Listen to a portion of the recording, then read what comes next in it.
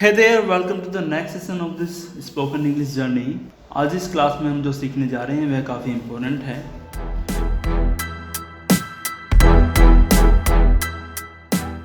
तो हम एक्सप्रेस करेंगे कंपल्सन या फिर रिस्पॉन्सिबिलिटी वाले सेंटेंसेस को। देखिए, बहुत से सेंटेंसेस ऐसे होते हैं जिसके अंदर मजबूरी का एहसास होता है या फिर जिम्मेदारी का एहसास होता है। मजबूरी का एहसास कैसे?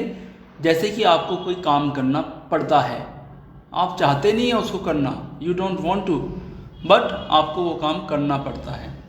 या फिर ऐसे सेंटेंसेस जिसके अंदर आपकी रिस्पॉन्सिबिलिटी का एहसास होता है, जैसे कि आपको कमरा साफ़ करना है, this is your responsibility, it's not compulsory, मजबूरी नहीं रहेगी, आप अकेले रहते हैं, आपको कमरा साफ़ करना है।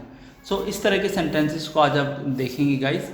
हमें जो कंपल्सन एक्सप्रेस करनी होती है, तो एक्सप्रेशन ऑफ कंपल्सन दो तरह से होता है, डायरेक्ट और इनडायरेक्ट। जैसे कि आपने यहाँ कह दिया दूध लाना मेरी मजबूरी है, तो मजबूरी जो शब्द है ना, यदि ये आ जाता है, इस तरह से भी हम कंपल्सन को, मजबूरी को एक्सप्रेस कर सकते हैं। तो मैं ज़रा आपकी जानकारी के लिए बता दूँ, कंपल्सन का मतलब होता है मजबूरी। सो जब भी आपने कहना हो कि दूध लाना मेरी मजबूरी है, it is my compulsion to bring the milk, इसको इस तरह बोल देंगे, it is my compulsion to bring the milk. But आज हम इस तरह के सेंटेंसेस की बात करेंगे जिसमें आपने कहना होता है मुझे दूध लाना पड़ता है। अब देखिए, यहाँ पे मजबूरी शब्द नहीं आ रहा, बट यहाँ भी आपको एक एहसास हो रहा है कंपल्सन का, मजबूरी का। सो मुझे दूध लाना पड़ता है। तो इस तरह के सेंटेंसेस को आज हम देखने जा रहे हैं कि किस तरह से इसको हम कन्वर्ट कर सकते हैं एक इंग्लिश बोलते वक्त। अभी हम यूज़ करने जा रहे हैं हैव टू का।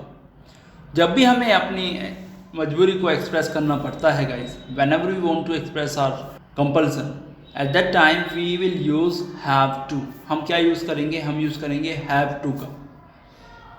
देखिए, हैव डिफरेंट है और हैव टू डिफरेंट है, both are different things. Have का जो इस्तेमाल किया जाता है वो इस्तेमाल होता है पास्ट के संबंध में। जैसे कि मैंने कहा आई हैव टू पेन्स, मैंने कहा आई हैव टू पेन्स, मेरे पास 2 पेन हैं। मैंने कहा I have fiver in my pocket, मेरी पॉकेट में 5 रुपये हैं, फाइवर। तो मेरे पास या मेरी पॉकेट में 5 रुपये हैं, I have fiver in my pocket. तो ये तो बात होगी जब कोई चीज़ हमारे पास में होती है, उस दौरान में हम हैव का इस्तेमाल कर लेते हैं, बट हैव टू का इस्तेमाल डिफर है। एक हैव का इस्तेमाल होता है लेने के संबंध में। जैसे आपने कहा hey can I have your pen please, can I have your pen please, क्या मैं आपका पेन ले सकता हूँ? मैंने आपसे कहा can I have your pen please. तो यहाँ हैव का मतलब पास में नहीं, यहाँ है लेने के संबंध में, क्या मैं आपका पेन ले सकता हूँ? तो ये तो बात रही हैव की, अलग अलग तरह से यूज़ करते हैं, बट यहाँ पे यूज़ होगा हैव टू। जब भी आपने कंपल्सन या मजबूरी को बताना है तो at the time you have to use, आपने यूज़ करना पड़ेगा have to. So have to को किस तरह से यूज़ करते हैं देखें। मुझे दूध लाना पड़ता है, I have to bring the milk. अब जैसा आपने देखा पड़ता है, मजबूरी को पास्ट में भी दिखा सकते हैं, मुझे दूध लाना पड़ता था लेकिन अब नहीं लाता हूँ मैं, ये हो गया पास्ट। आप कह सकते हैं मुझे दूध लाना पड़ेगा, फ्यूचर हो गया। तो अभी फ्यूचर को हटा देते हैं, पास्ट को हटा देते हैं, बात करते हैं प्रेजेंट की। और जब प्रेजेंट की बात होती है गाइस, तो हमारे दिमाग में सीधा आता है प्रेजेंट इंडेफिनेट, और डू डज पे हम इस पर आज बात करेंगे। तो I have to bring the milk, I have to bring the milk. तो आई वी यू दे के साथ हम इस्तेमाल करते हैं have to. He she it को भूल जाना, अभी या नेक्स्ट क्लास में देखेंगे इसको, ही शी इट को भूल जाना। हैव टू में यूज़ करते हैं आई वी यू दे, आई वी यू दे के साथ यूज़ करते हैं हैव टू का। आई मीन्स मैं, हम मीन्स वी मीन्स हम, यू मीन्स तुम या आप या तू, दे मीन्स वे।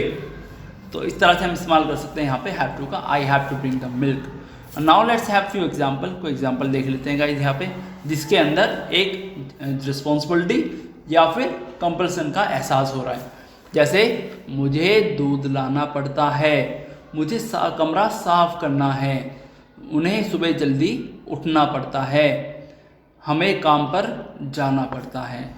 तो ये सारे ऐसे सेंटेंसेस हैं जिसके अंदर आपको एक इनडायरेक्टली वे में मजबूरी का एहसास हो रहा होगा कि हाँ यार उसको ना ये काम करना पड़ता है। हाँ यार, उसको ना जल्दी उठना पड़ता है। सो ये इस तरह के सेंटेंसेस हमारे कुछ होते हैं। तो इनको हम कैसे बना सकते हैं? I have to bring the milk, I have to tidy up my room, या क्लीन अप माई रूम भी कह सकते हैं। टिडी अप का मतलब होता है रूम को संभालना, जो चीज़ें स्कैटर्ड रहती हैं, बिखरी हुई रहती हैं, उसको ठीक जगह से रखना। उन्हें सुबह जल्दी उठना पड़ता है। They have to get up early in the morning, हमें काम पर जाना पड़ता है। We have to go to the work, इस तरह से हम कह सकते हैं। And now let's have question किस तरह से बनाएंगे इसमें? आप किसी से किसी की मजबूरी के बारे में भी पूछ सकते हैं कि यार क्या तुम्हें ये काम करना पड़ता है? क्या तुम्हें कमरा साफ करना पड़ता है?